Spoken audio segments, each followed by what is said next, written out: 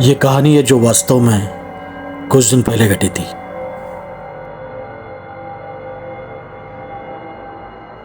पिछले 1 साल से मैं सऊदी अरेबिया स्थित अपने कंपनी के एक प्रोजेक्ट के लिए काम कर रहा हूँ।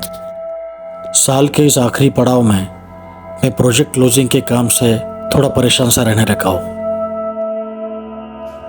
दिन शुरू होता है ये सोचकर कि कैसे जल्द से जल्द इससे बाहर निकल सकूँ और छुट्टियाँ मनाने अपने घर निकल सकूँ।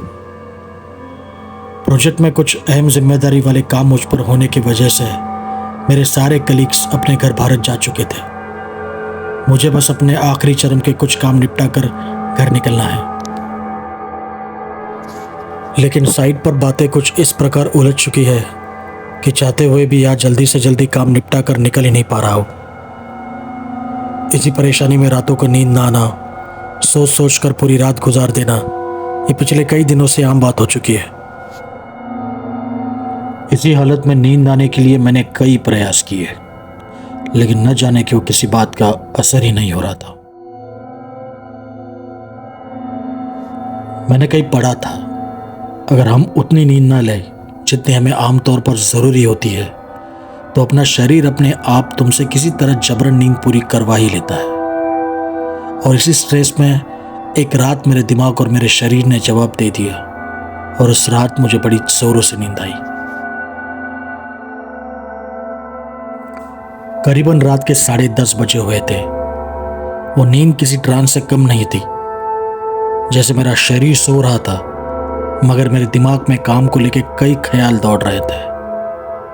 थोड़ी देर तक कुछ एहसास नहीं था, मगर अचानक जैसे एक रोशनी सी आंख खुली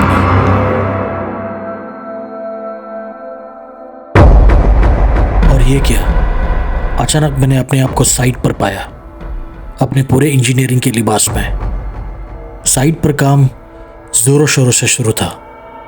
सारे लोग अपने काम में व्यस्त थे, भाग रहे थे, बड़ी बड़ी आवाजों में बात कर रहे थे। इन सब में मैं एकदम खामोश कहीं खड़ा था। मुझे अब तक समझ नहीं आ रहा था कि उस वक्त मैं वहां क्यों हूं।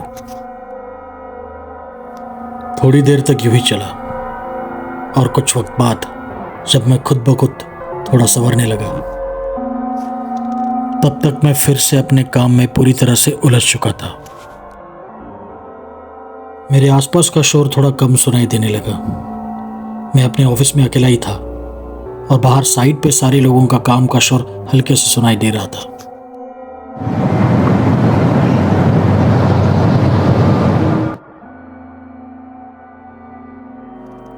अचानक उस शोर की आवाज बंद हो गई, एकदम अचानक, जैसे किसी ने रेडियो या कोई जनरेटर अचानक से बंद कर दिया हो।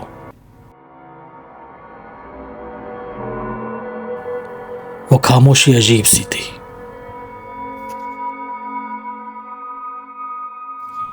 कुछ देर पहले साइट पर इतना शोर था, अचानक जैसे सब कुछ साफ सो गया हो।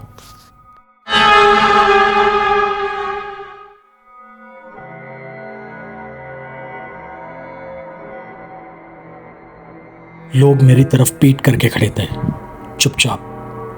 जो जहां काम कर रहा था वो उसी जगह एकदम शांत और निशब्द खड़ा था। वो शांति जैसे मुझे काट रही थी।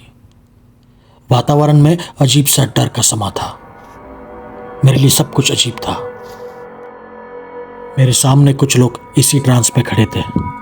मैं हिम्मत करके आगे बढ़ा और एक इंसान के पीछे से आकर उसके सामने खड़ा हुआ। उसे देखकर मेरे दिल में जैसे एक डर का कंपन सा दौड़ गया। वो नजारा इतना डरावना था कि मैं बयान न कर पाऊं।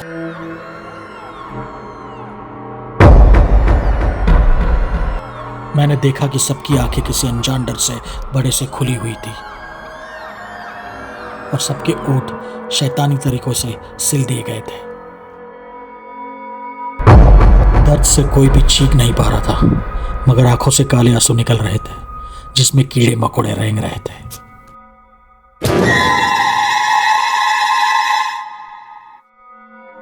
मैं चिल्लाना चाहता था, मगर मेरी आवाज जैसे किसी ने घोट दी हो।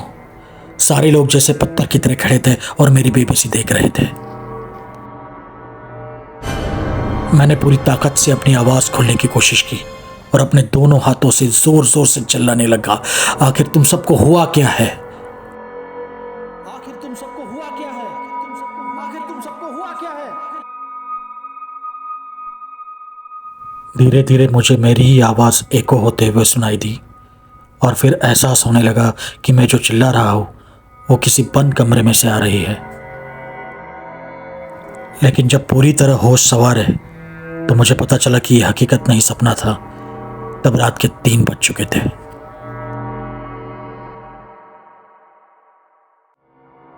वैसे तो मैं अकेला ही था, मगर उस सपने की तीव्रता इतनी अधिक थी कि रात के अंधेरे में मैं अपनी ब्लैंकेट से आधा बाहर और अपने पोटा केबिन के सफ़ेद दीवार के सामने अपना मुंह करके अपने हाथ अजीब तरीके से हवा में लहरा के जोर जोर से चिल्ला रहा था, आखिर तुम सबको हुआ क्या है? आखिर तुम सबको हुआ क्या है? मैं सपने में जरूर होता, मगर मेरे बगल में अगर तब कोई आदमी सोया होता और ये नज़ारा देख के उसके ज़िंदगी का सबसे बड़ा नाइटमेयर होता।